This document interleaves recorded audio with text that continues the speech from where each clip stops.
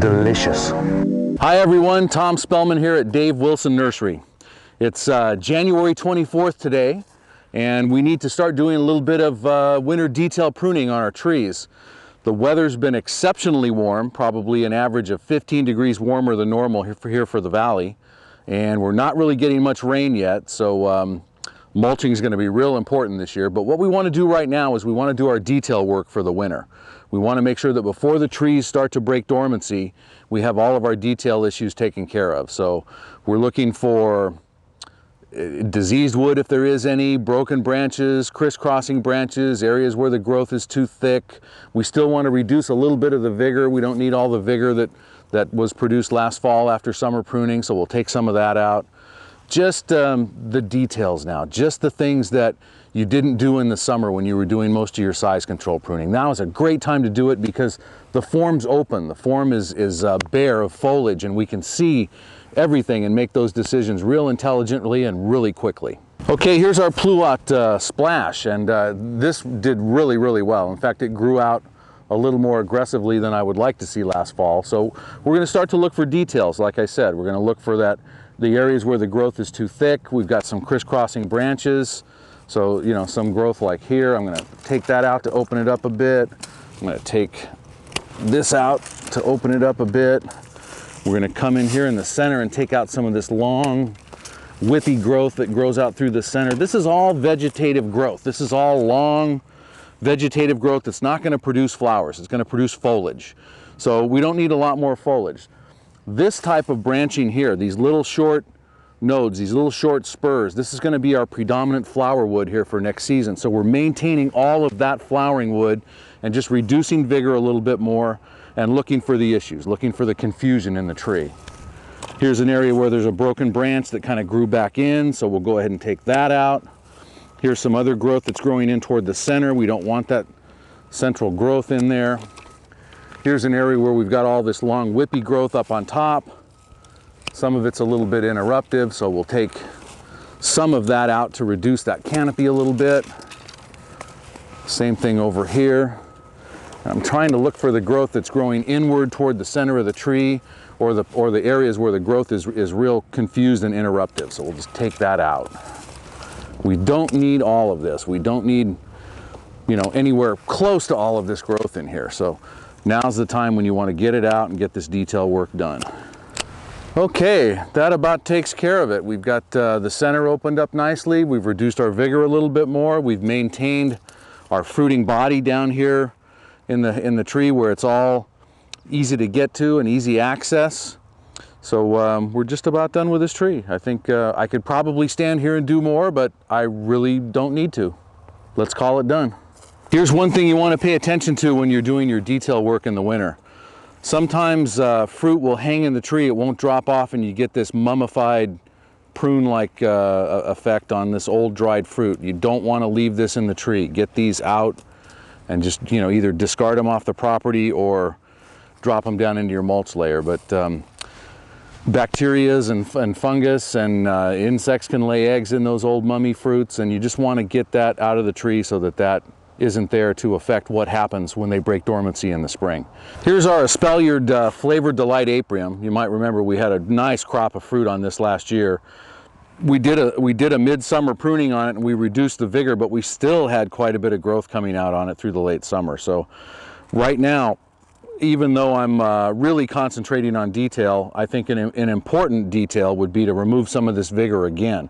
And if you look at this tree, right down here on the main branches, on the main scaffolding structure for the Espalier, we've got plenty of flowering wood. In fact, the buds are starting to swell already. And you can see on this long, lanky growth, there aren't any flower buds. So again, we're just taking off the vigor, the vegetative vigor, and we're allowing our fruiting body, our fruiting structure, to remain intact down here. So I'm just looking for the areas where we have too much growth and not any flowering development and don't need that growth, and that's what I'm going to take off. It's really not difficult. It's not hard to see. You can easily see where the fruiting wood is all developed down here. We will get some bloom on some of these little secondary branches, so I'll leave some of those in, but we don't need them all. We don't need everything there, so we're going to take out as much as we possibly can now. I'm not concerned, even if I take out some of the fruiting wood, there's still so much bloom wood on this tree, we're going to have a great crop no matter what. One thing you always want to take into consideration when you're working with sculptured or structured material like this espalier is it's not grown like a conventional fruit tree, so the conventional wisdom of pruning sometimes doesn't really come into play. You're going to need to do as much work on this to maintain structure and function and ornamental appeal as you will to produce fruiting wood. And like I've always said, as long as you're maintaining the tree properly and keeping it size balanced and controlled down to a reasonable size where it's manageable, the fruiting wood is going to come naturally. You're going to have plenty of opportunity to develop and reestablish fruiting wood as the tree grows throughout the years. But just always look for these long vigorous shoots that aren't going to do you any good, and that's where you want to make your strategic cuts and get that material off the tree. You know, I'm really glad that we came out here this morning. This is the middle of our delivery season. You know, it's January 24th, and I've got a ton of things to do. I should be routing trucks and calling customers and making all kinds of other decisions today, and probably not pruning trees. But when we walked out this morning and started looking at the physical condition of the trees, we realized things are going to start to happen. Things are going to start to pop, and it's going to happen this year, maybe somewhere between 2 and 4 weeks earlier than normal here on the West Coast. Our conditions are warm and dry and windy, and everything is starting to wake up already. So take a look at your trees, take a look at the condition. When you start to see this bud swelling, when these flower buds are expanding, you've got to understand that your window of opportunity to do this detail work is starting to close. So get out there and check your trees. Look at the early varieties first. The early varieties are always your indicators. On the West Coast here, it's Anna apple, Dorset golden apple, all-in-one almond, desert dawn nectarine, things like the apriums. When they start to bud swell and start to begin to break dormancy, the mid-season and the late-season varieties aren't far behind.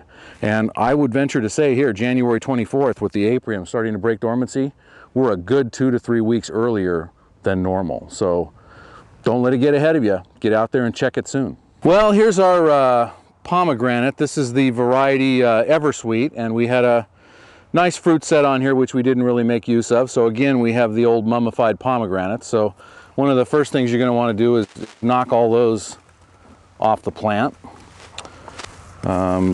If you're smart, when you're working with pomegranates, you'll wear gloves. Unfortunately, I don't have mine with me right now, so I'm going to attack this without gloves and hope that it doesn't attack me too much. The next thing we want to look at after we get our mummified fruit off here is we want to start looking for structure. Since this is an espaliered plant, we want to look for main structure that's going to lend itself well to that espalier. So we have 3 wires here, 1, 2, 3 at about 18 inches and probably about 4 feet and probably about 5.5 feet or close to 6 feet there. So what we want to do is look for one main branch that we can feather out onto each one of those wires. So I'm looking for 6 long, vigorous branches. Now, we have several here, but they're all coming off of this one, and I'm going to use this one on the bottom tier.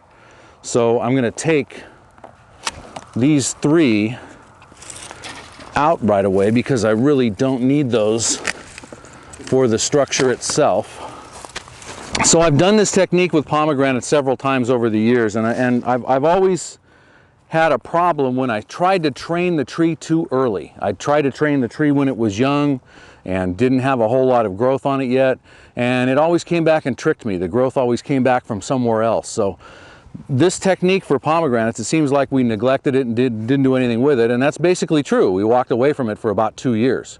But now we're at a point where we have plenty of growth on it and we can really start to do something with the structure. So don't always be in a big hurry to take something like a pomegranate and turn it into a finished product when it's only a young nursery tree. You've got plenty of time to work that structure. So we'll go through the basics on here. We'll tie out a branch on each one of our wires and open it up and get all this other little scrubby stuff off, and this is going to turn into a beautiful espalier this summer. So here's what we've done. It looks like we've butchered this thing back about as far as we can, but that's what we wanted to do. We wanted to come back to this original structure, these 6 uprights that are going to allow us to build the scaffolding that our production wood is going to grow off of. So we're basically creating a 3-tiered fan trellis. And with this form, we'll be growing wood this summer. We'll definitely get some fruit back on this summer, but we'll also be growing our future fruiting structure. So just like we looked at the aprium earlier, all that vigorous, long, whippy growth will be pruned off throughout the growing season to achieve the form that we want. So this isn't finished form. I know people are looking at it saying, well, it doesn't look like much of an espalier, but all we're doing is creating the structure for the finished form of our espalier. All that secondary finished form is going to grow off of this. Okay, so winter pruning 101. The first thing you want to make sure is that you're pruning with a purpose, that you go out, you evaluate your trees, you take a look at what you want to do, and you do it. Winter pruning is always for detail, first of all. Dead wood, diseased wood, broken branches, crisscrossing branches. Open up your centers for light exposure and air movement. Be detail oriented. If you want to do a little size checking, that's fine. If you had a little bit too much growth in the summer after summer pruning, you can certainly size check at that time. But just make sure you're concentrating on the details. That's what you want to take care of now. You can come in next summer and size check again. So, like I said earlier, you're never going to finish with your trees and your vines and your plants. You're always going to be able to come back and do some work again. You can correct problems, you can take out centers, you can regrow a branch where you made a mistake and cut one off. It's not anything that you want to overcomplicate. Keep it manageable for you. You know, keep the size down to where you can reach it. Make sure you're concentrating on leaving enough fruiting wood in those trees so you get a good crop of fruit for the summer. And most of all, this year in particular, with this early heat on the West Coast, get it done early. Don't wait. Don't wait till you start having a lot of bud break and growth on the trees. Come in and do it now. When you see your early variety starting to break dormancy, that's an indicator that your window's closing. You need to get out and get it done right away at that point.